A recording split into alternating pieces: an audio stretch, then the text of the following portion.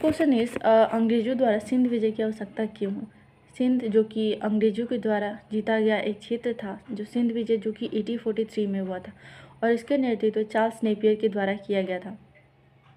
सिंध कई दृष्टिकोण से अंग्रेजों के लिए बहुत महत्वपूर्ण साबित हुआ था। पहला तो सामरिक स्थिति और इसका भौगोलिक महत्व। सिंध जो कि पंजाब और अफगानिस्तान के निकट स्थित था, अंग्रेजों के लिए वो एक महत्वपूर्ण क्षेत्र था कि उससे उत्तर पश्चिम क्षेत्रों में सुरक्षा के दृष्टिकोण से अंग्रेजों के लिए महत्वपूर्ण साबित हुआ। साथ ही व्यापारिक दृष्टिकोण से भी वो अत्यंत लाभदायक था। उसके अलावा रूस की एक विस्तारवादी नीति, उस समय अंग्रेज और रूसियों के संबंध कुछ खास नहीं थे और अंग्रेजों को यह डर था कि हो सकेगा तो रूस कहीं सिंध पर कब्जा स्थापित कर ले और उस स्थिति में अंग्रेजों के बहुत बड़ा नुकसान हो सकता था।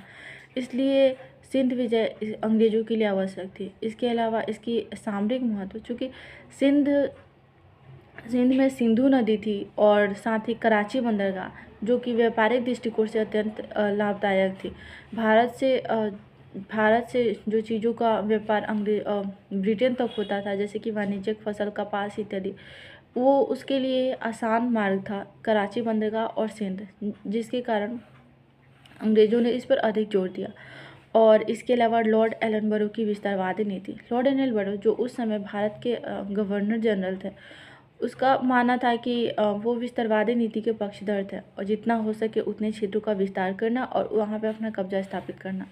इस स्थिति में लॉर्ड एलनबरो ने जब अफगानिस्तान पर अपना आक्रमण किया और वहाँ से बुरी तरह हार गए थे, तब अंग्रेज़ों की प्रतिष्ठा को ठेस पहुँची थी और उस प्रतिष्ठा को वापस कायम करने के लिए अंग्रेज़ों के लिए सिंध विजय एक आवश्यक हो गई थी, जिसके लिए अंग्रेज़ों ने सिंध को जीतने पे बहुत अधिक महत्व दिया था। 1843 में सिंध विजय अंग्रेज़ों के द्वारा जीता गया और सिंध के अमीरों को हरा दिया गया था।